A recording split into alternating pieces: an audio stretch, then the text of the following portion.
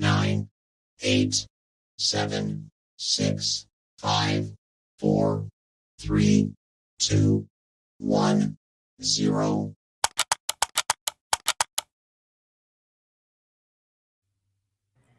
Hey, what's up? Welcome to this episode of Lunchtime Quickie with Miriah, the first episode, and I'm joined by a very special guest, the Faithful's favorite, one of the Faithful's favorite guests, favorite content creators, favorite Faithful, favorite everything, Paul Hope.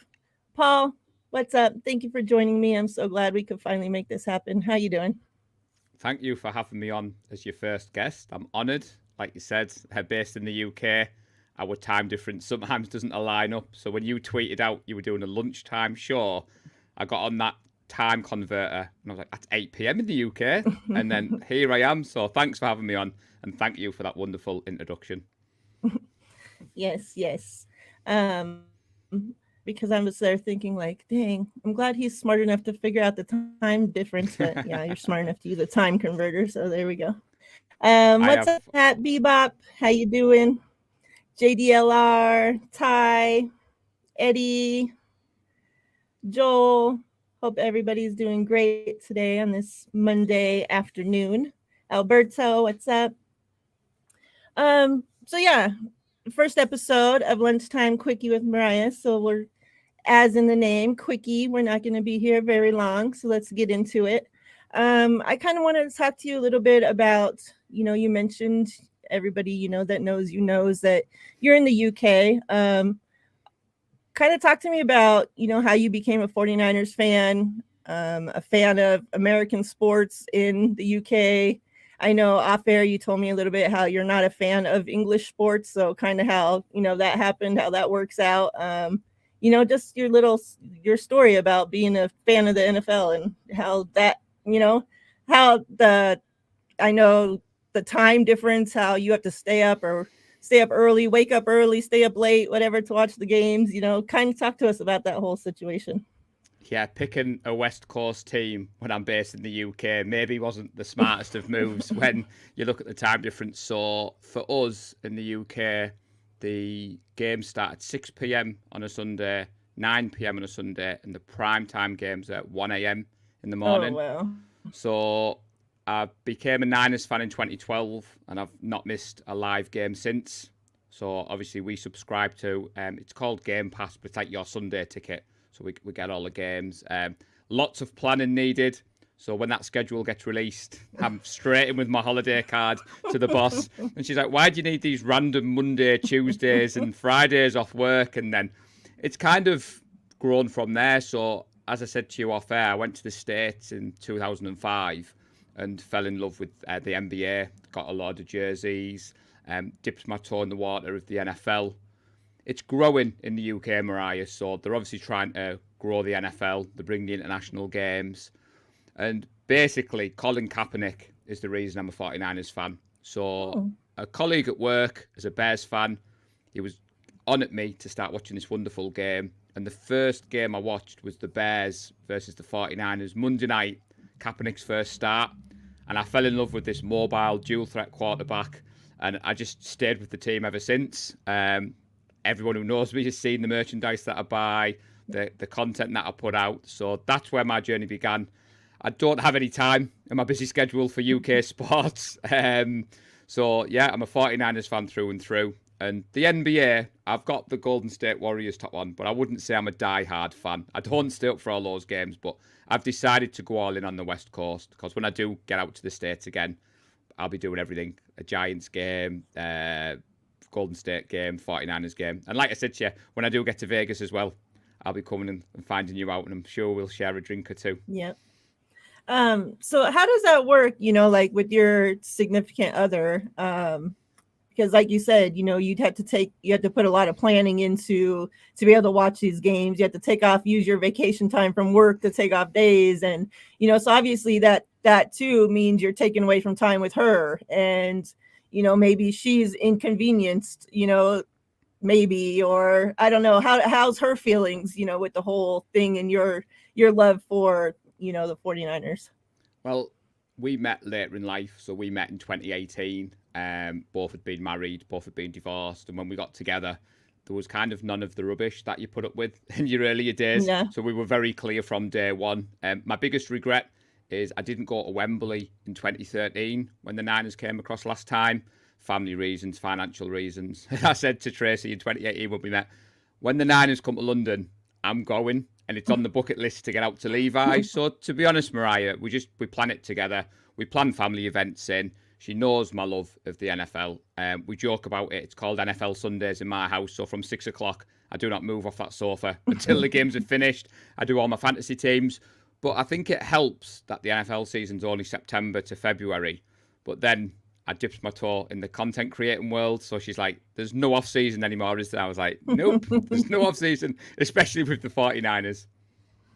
Yeah. Well, that's good. At least, she's supportive of it. Yeah. And my wife too, now that I'm, in the content game, like normally, the times that we take vacations is for, our anniversary and my birthday are close together, which is the end of November and the beginning of December. So, and that's normally, our biggest vacation time. Well, now that changes because, that's football season. And then her birthday is the end of April and April 26th, and it's always the draft. So, well, now that changes. We don't go on vacation for that because now the draft. So, so it's like now she's scheduling her vacation times at work, like calling me, okay, is there any football during this time? Is there any football things related? So I guess it's something, everybody has to get used to on when you're in love with somebody that's in love with sports. Yeah, so you mentioned the draft. So it's my eldest 16, Kaylee's 16 on the 29th of April. And the 49er Faithful UK were invited to Kansas City for the draft this year. But I had to politely decline. I couldn't go to Vegas last year because you'll have seen I'd ruptured my Achilles tendon. So saying no to Nick Clark last year is up there, one of like the most down emails I've ever had to send. I just couldn't fly because of the medication I was on. So I had first choice this year, but I can't, with the family event coming on and the fact I've got London guaranteed because it's 50-50. We're playing the Jags at Wembley. So we do have 2 group members going out again. So you'll have known last year Lee Gowland announced the Sammy Womack pick. So keep watching because there might be another UK voice announcing. We're hoping that it's going to be the kicker Jake Moody or the tight end Zach. And I'm not going to say his surname because I'll get your show cancelled on the first one. Kuntz, I think. I'll let you pronounce that. Yeah, that'll be awesome. That sucks though that you have to miss it. But I didn't know how like that worked, that they invited you guys out there, like how that whole, so that's cool that the 49ers, they have like they have like something set up in UK, or like, how does that work that they reach out? They just reach out to you guys or to the head of the UK chapter, or? So we are the official UK chapter. So Lee Gowland's the president and I'm the vice president. You'll have probably seen a few tweets kicking out there. So Nick Clark, he's aware of what the content creators are doing. So he reached out to us this time last year and he was basically saying the UK market rights are there. We want to work with you guys. They've been amazing. They've been absolutely amazing. They haven't made us feel like a second citizen. They've made us feel part of the team. So we had the first official watch party planned for the Bears game, but then the Queen passed away. So everything in the UK got cancelled. But Nick still came across. So we managed to have like an unofficial meet. Then we had the official watch party for the Falcons game, which we got beat in that one. And then through the NFC Championship watch party at Elland Road, which is the home of Leeds United. So they've had 3 watch parties for us last year, and the plans are to go bigger and bolder. But yeah, we got an invite through for the draft in Vegas, and it was 2 tickets. So we had to pay for our own flight, our own hotels, but because I'd ruptured my Achilles, I was literally like halfway through my recovery. And I remember going to the physio and I was like begging him. I was like, I've got a once in a lifetime opportunity to go to the draft. And he was like, it's not happening. So to be honest, I had the 49er Faithful UK trending at the draft last year because Lee and Nadji were there. They were sending me the footage and then I was putting it out. But we didn't know Nick was going to let Lee announce a pick. But Sammy Womack is someone special to our heart now. So there's 3 26 Womack jerseys over the pond. But the guys are worried because now the rules have come in. They think he's going to change to number 0. But we'd love to see Womack ball out because of that connection. Yeah, I'm super excited. I'm a huge Womack supporter as well. So I'm really excited to see what he can do. Just because every time that we have seen him get an opportunity, he makes a play, right? It's like he special teams during the preseason. It's like anytime that we have seen him, he ends up doing something special. So yeah, I'm really excited for him. But yeah, that's awesome that the 49ers are doing that. And, so cool that you guys are getting to experience stuff like that since you guys are so far away. Yeah. Let's get into a little bit of some 49ers news that came out within the last couple days. And that's with Brock Purdy. I guess he did a couple interviews for a few different people and pretty much saying the same thing in all of them.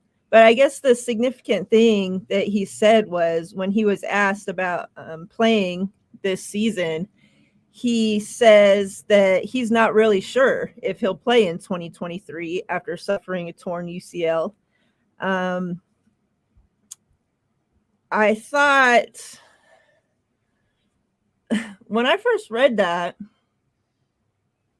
it was kind of strange because I just wasn't, I guess I wasn't expecting to. You don't usually hear people in sports because then he went on to say, everything's, so far so good. We're taking it one day at a time, which, normally is the routine thing that they all say, right? But for somebody to actually say, I'm not really sure if I'm going to play, and yet your team, your GM's already putting you into the competition to be back in training camp and fighting for the number one spot, and right? And yet then he's like, well, I'm not really sure, so that really threw I'm like, this is, because all along, I've been worried that with the competition aspect and with this being young guys and, with especially with John Lynch coming out and saying that Brock was the leader in the clubhouse and all that I was worried that is Brock going to rush himself back because he's like, okay, well, I'm the leader for the starting quarterback, of the San Francisco 49ers after being the last pick in the draft, right? So I have that spot right now. But if I stay injured, I see that Trey Lance, the guy they picked to be the guy, has the chance to come in and take the job back from me, right? So me as a competitive person, I'm going to do all I can to get back and compete with him, right? To make sure that I'm not going to lose the job that they're just now openly said that I had, right? Yeah. And whether I'm 100% or not, if I'm still 90% and okay, I got some pain, well, I'm not going to let you know I have pain because I'm going to get out there and do all I can to not lose my job. So that's what I was worried. Is he going to rush himself back? But I mean, from the sounds of this interview, it doesn't seem like that's going to happen. What were your thoughts on the Brock Purdy interview news? Yeah, I was the same as you. So a couple of weeks ago, we launched our Tuesday night, so 8 p.m. in the UK, which is 12 noon as you know now, your time. We launched our 49 for UK live, and we wanted to give the UK market a bit of a taste of what you guys do, because not everybody absorbs all the content like me. And I said the same as you. I said, I'm worried that Brock's going to come back too soon. I mean, it's the first kind of injury that we've seen an NFL quarterback suffer, and obviously there was all the Tommy John talk. And I was like you, I was like, I just want to see him back fit. And I was like, let Trey start the season. Don't rush him back. Now, I'm not comparing myself to an elite NFL quarterback, but this time last year with my Achilles, the first initial diagnosis was I was going to be out for a year. And if you'd asked me this time last year, I'd have told you I'm never running again. I'm never playing flag football.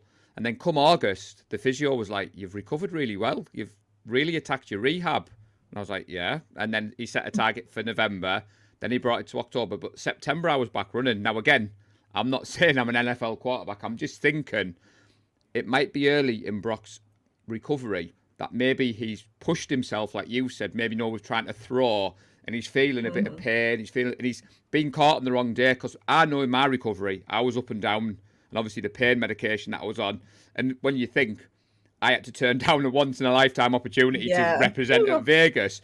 But once I got past that and I could start to see the light at the end of the tunnel. So I'm trying to temper my own expectations based on my own life experience. And you're right. I think it's a learning curve for Purdy. We were talking off air about Adam Peters, John Lynch. John Lynch is media trained, so John Lynch doesn't make mistakes like that. I think you're right. I think someone will pull Brock and say, we've just said you're the leader in the clubhouse. You're QB1. You can't be going out with our fan base, because our content creators are amazing. But in one respect, I was kind of happy we had something to talk about, because it kind of gone a little bit quiet. But I think at the moment it's a bit of a nothing about nothing until we get an official update, if that makes sense. Yep. But and that's what we're in at this time of the off season, right? That every little piece of, Brock Purdy could have said a 2-word interview and it would have been turned all different ways that you could have turned those 2 words and made into this big old thing. So real quick, let me say what's up to some people that have joined. And I see a lot of comments, a lot of compliments on your hats, on my hat. So thank you. We appreciate you guys. A lot of go Lakers, go Warriors. We got some Trey areas. So real quick, what's up, Shardal? Hey, Don. I seen a few people had joined, so let me go back up here because I don't like to leave out people. Swan, what's up? Good to see you. Long time no see, my friend. Chrissy, JDLR. I don't remember if I said hey, but I'll say hey again. Alec, what's up? Denise, I'm glad you made it home safe from your flat tire. I think that's everybody. If I missed you, I apologize. I hope everybody's having a great Monday. You brought up a little bit about John Lynch and Adam Peters. So let's talk about that news that came out today. Let me pull it up real quick so I'm not misquoting anything. Nope, that wasn't it. All right, here it is. So a few days ago, and TL and I talked about this on our show, it had rumors, of course, came out that Nick Caserio from the Texans, after the draft, was going to go back to the Patriots, and that would leave, room for Adam Peters to leave the 49ers and go be the GM for the Texans. And so we talked about, obviously, we didn't want to lose Adam Peters, and that would be terrible for us. And so news came out today when Nick Caserio was doing an interview, and he says that his words were, "I'm almost embarrassed to have to say anything. I'm not leaving." So obviously that means, he stays with the Texans, which means Adam Peters stays in San Francisco where we need him to stay because, we talked about this, obviously, when John Lynch leaves, we're hoping and everybody thinks that Adam Peters will take that spot. So that's why I was, kind of going to be upset if Adam Peters did leave when we know that he's waiting to take the role of John Lynch, right?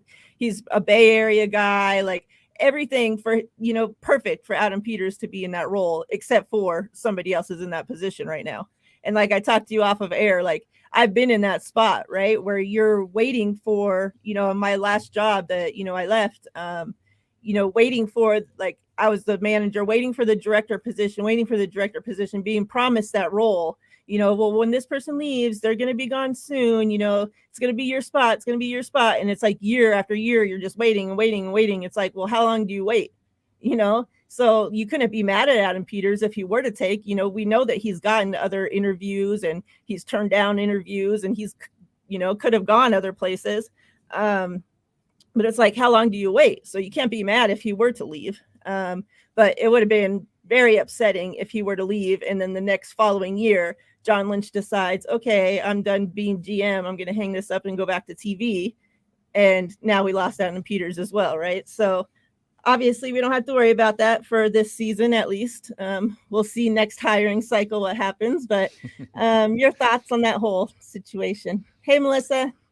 Yeah, because hey, Gina. People crept in there. So Melissa and Gina, big supporters of what me and you do. So it's great to see them come in. No, we said off air. I mean, Kyle Shanahan was given the job first, and he handpicked John Lynch and John Lynch isn't a general manager like other people are. But I think Right. Kyle's grown as a coach, and I think you're right. I think the natural progression is John Lynch steps upstairs to be team president or whatever it is title to give him, and Adam Peters becomes the GM.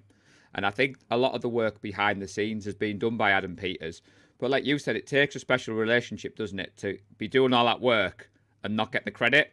So if we win the Super Bowl this year, the credit goes to John Lynch and Kyle Shanahan. But you know it internally, Adam Peters. The players talk about it. The beat reporters talk about it. And like you said, it was a strange time for those rumours to come out. We joked, what was he going to do? Go into the draft and give away all the draft picks and then go to the team afterwards. And I'm kind of glad that he's come out and said that. I mean, the link for Peters is natural. Kyle Shanahan has proven if you come and work for him, you get an opportunity elsewhere. And I think we touched upon it on our show. I think there was like 14 coaching staff changeovers last year. And obviously, we've lost D'Amico, we've lost Salah. And like you said, if Peters had gone, I think that might have been one we might have struggled to replace because he does do a lot of the work. But at least for today, we can remain calm. And like you said, we'll just save that conversation for this time next year when the coaching cycle hires come round again. Yep. Let's kind of go off the 49ers news for a little bit and go on to some news that broke today. And that was Jalen Hurts. Obviously, we know the quarterback for the Eagles got extended today. And before we get into about the contract, I do want to bring up something, and that is that he is, well, real quick, I'll just read this. And it says, congrats to Jalen Hurts for becoming the highest paid player in NFL history and his agent, Nicole Lynn, for negotiating. Jalen trusting an all-female management team is huge for women on the business side of sports. So yeah, he has a woman, his manager is a woman, communications. It has like, see if I can show you guys. Cause in this picture, it has like all these women that he's tied to. Right. So it shows communications, his agent, obviously his marketing, and his manager is all women. So,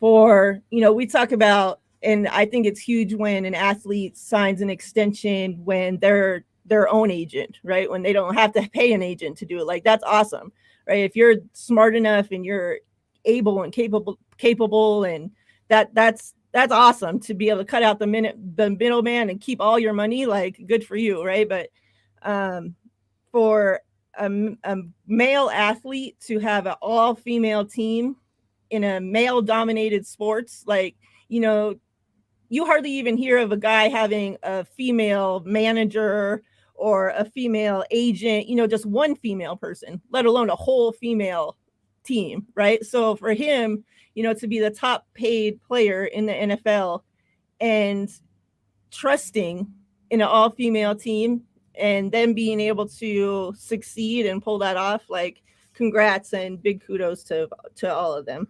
Like, that's awesome. Yeah, I saw that tweet earlier, and as a proud girl dad, I am outnumbered by the females in my house.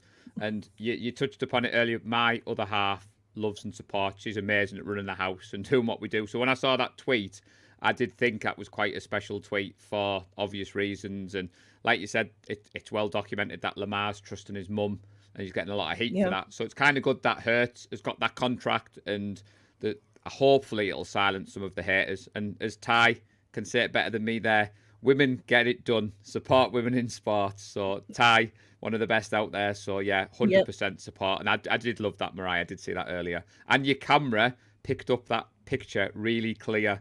I know you were saying off air, you've got a new camera, so that was really good. Yep, good thing. So now when I can show my cards, I know it'll actually work.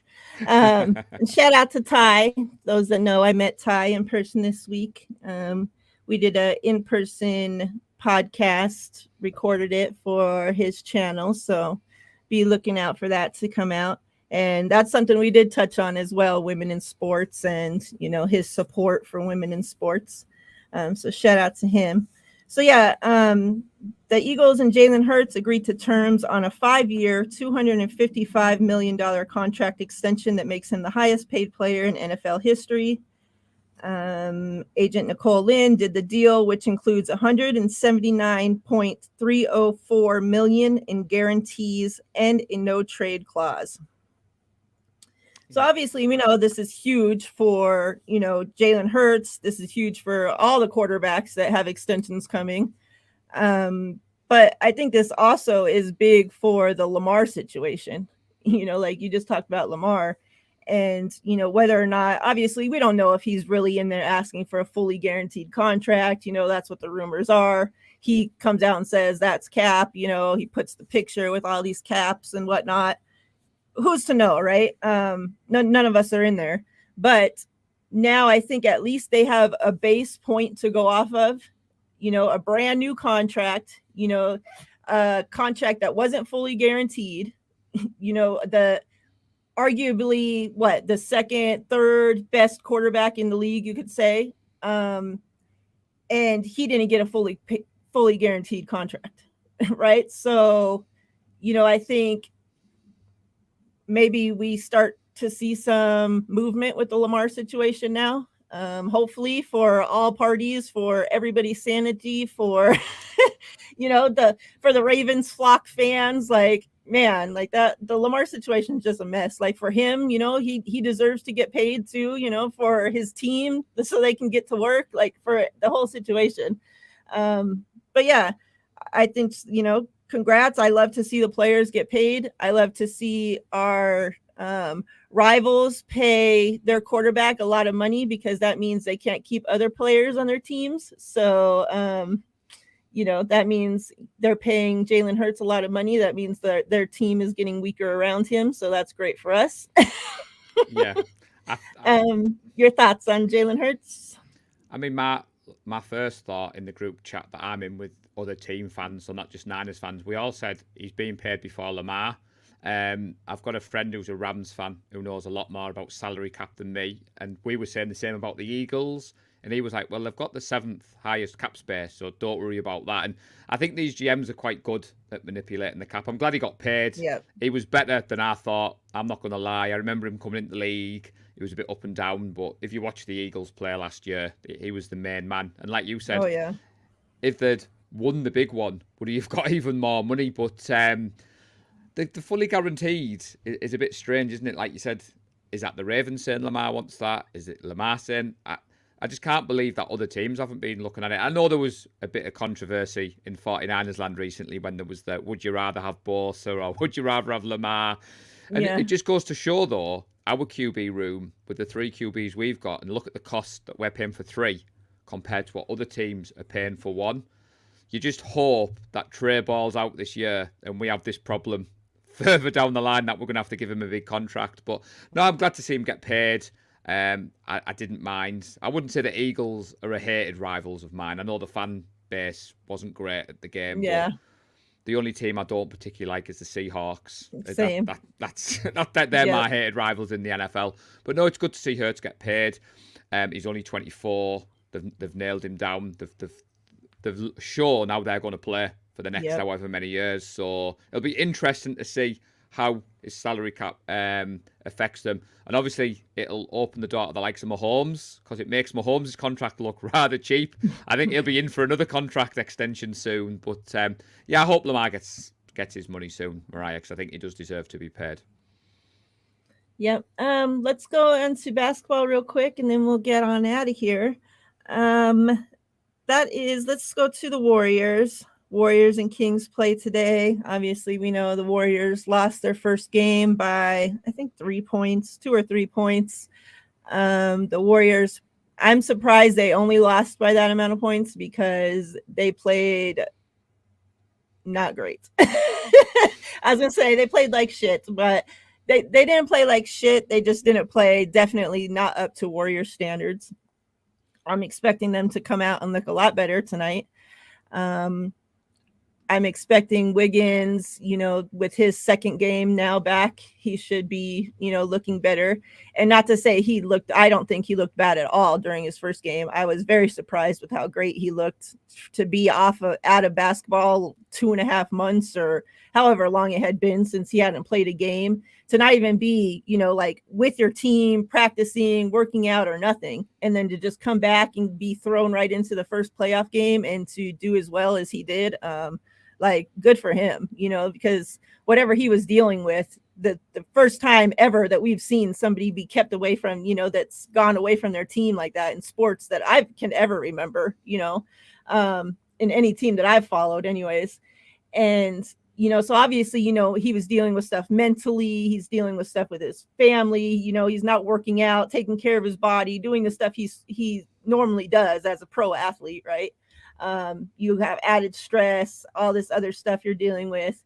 And for his body and everything to just still be like kept up, like I was just so surprised. Like Coach Kerr said, like he could tell he was getting tired, like towards the at the end of in the fourth or whatever. But man, like no, I don't think any more tired than anybody else that was on the court. Like I was expecting him to look tired in like the second quarter, maybe, like I was damn impressed with like how well he like was still conditioned and stuff. And it's just good overall to see him out there, like his smile, you can just tell his presence, his teammates are just so excited to have him back. And it just feels like, the Warriors are just complete now, like finally, like I go back to when, and I hate to use this reference, but remember when Trey Lance had got hurt and Jimmy came back and Juice said, it feels like 49ers football again. Like this feels like Warriors basketball again, with now like the team's complete. And I just feel like now, I mean, they have to win this game tonight. They can't lose both these games on the road, being how bad they were as a road team this season. To go back home down 0-2, that it'll be terrible. Like they have to split these games. They have to win tonight. But shout out to the Kings and shout out to the Kings fans, because man, that place was freaking rocking. That place was packed before the game even started. Like, the cameras would pan outside of the stadium, outside of the place, like, man, there was just fans everywhere. Like, you could tell like they were loud, so shout out to them, like to bring the energy for not having been in the playoffs for I think 16 years.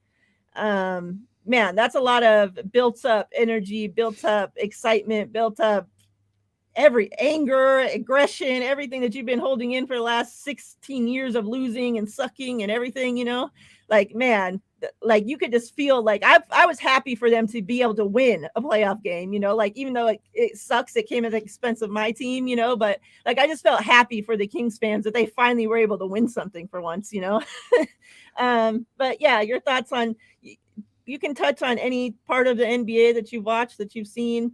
I know there's been a lot of injuries on the other NBA games, which, is kind of going to tilt the series in a lot of those games. But I'm not really paying attention to much of those, obviously.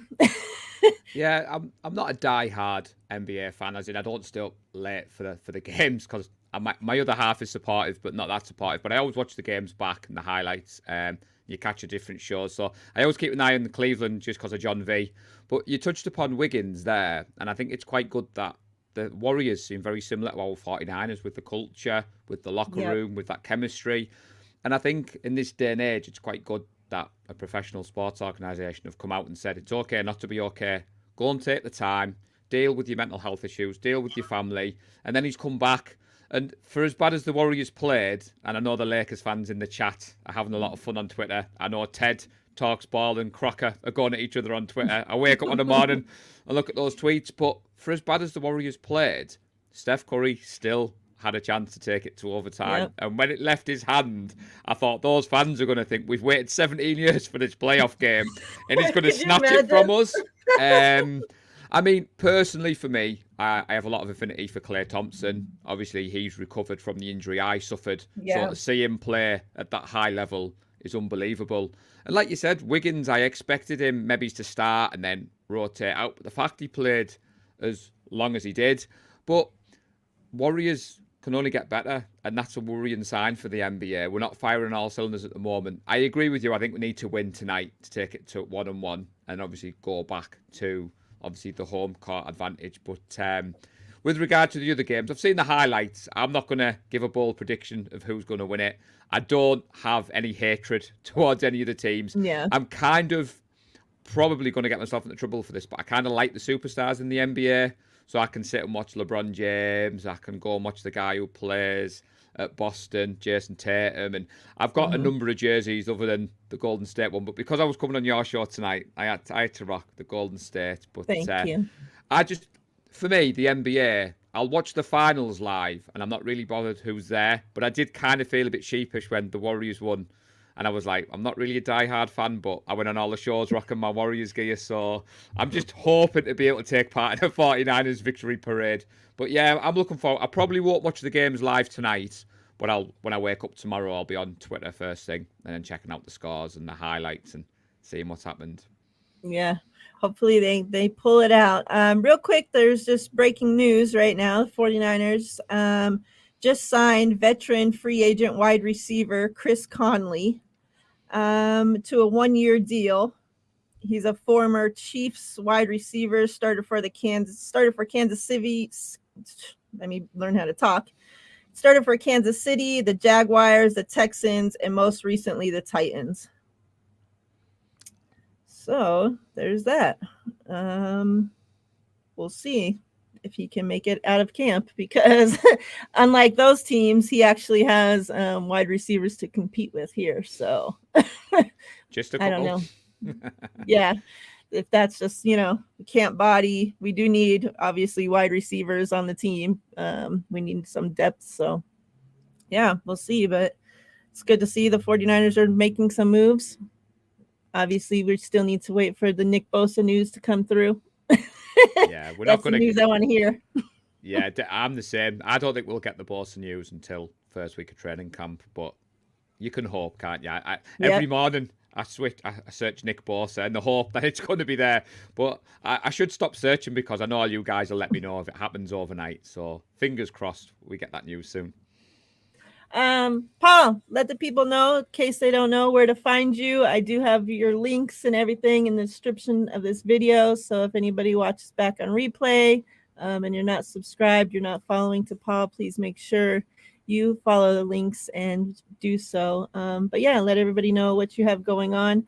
I appreciate you so much for coming on and spending this first episode of Lunchtime Quickie with Miriah with me. No, thank you for having me on. So I'm very active on Twitter.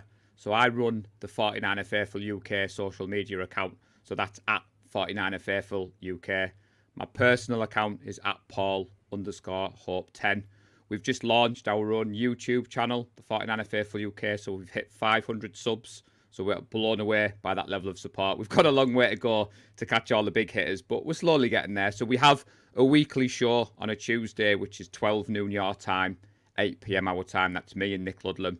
And then the Awesome Foursome, we do in-season podcast. So we do 2 episodes a week, and you get that on Spotify, Apple Podcasts. We do a game preview, and then we do a game review, but we're known for our bold predictions. So it's always worth checking it out. And it just gives a UK perspective of what it means to stay up in the UK, watching the games and supporting the team. But before I finish off, we are hoping to have 64 members go out to the gold mine at Levi's this year. So I may not make that this year, but once I hit out to the States, trust me, everybody will know. And I'll be expecting to meet every single one of you, and we'll be partying at Levi's when I do make it. Yeah, that's awesome. Make sure you guys go follow him, subscribe to everything he's got going on. They're doing great things over there. I appreciate everything that you're doing. I appreciate, obviously, the support that we get from all the fans in the UK. You guys are all awesome. You guys, I think, are the most cheerful and friendly and just the nicest, welcoming group of people that, living in America, that people aren't so nice over here, right? Like, so, you guys are just so much nicer, I think, over there. So it's so refreshing to talk to you guys, to listen to you guys talk sports and everything. And it's just awesome. I love to see, you know, that American sports have gone, you know, to other countries, and, you know, that everybody gets to enjoy, and, you know, that we get to share the love that we have for the 49ers with people that are, you know, in different countries now. You know, like before it was, you know, broken off to states. Like, okay, if you were a fan of a California team living in Nevada like me, like that's crazy. You know, like people are still like, how are you a fan of 49ers? You're living in Nevada. It's like, well, we didn't even have a football team. Well, I'm just not supposed to be a fan of anybody because we didn't have a team. Like you have to be a fan of somebody, right? You know, so to have fans like all the way in other countries, like I'm blown away by that. Like I think that's so awesome. Oh no. So, yeah. Well, thanks for having me on. Like you said, you all make me feel welcome. Your intro at the start. I like to support all the content creators. I share the links out. I jump in the comments. I said to you off air, many a time I'll be falling asleep to you and TL, and my missus is like, "You watching another show?" And I was like, "Yeah." And then I always catch it back the next day. And I was blown away that I won that card. So keep that safe, because I'm hoping to win some more. Because I know the shipping costs are not great from the US to the UK, but hopefully I can get across and pick it up in person. But honestly, thank you for having me on as your first guest, and I hope everyone does like and subscribe. And I can't wait to see the next episode of A Quickie with Miriah, because it's been a blast. Yep. Chat, thank you guys so much. Have a great rest of your day. Have a great rest of your week. We'll be back Wednesday with another episode of Lunchtime Quickie with Miriah. Oh, wait. Before we get out of here, let me share you guys my joke. I'm going to end with a joke. I almost forgot my first joke. Oh my gosh. All right. This is the joke we're ending with today, guys. What goes in hard and dry, but comes out soft and wet? Gum. Good night. Good afternoon. Good morning. Bye.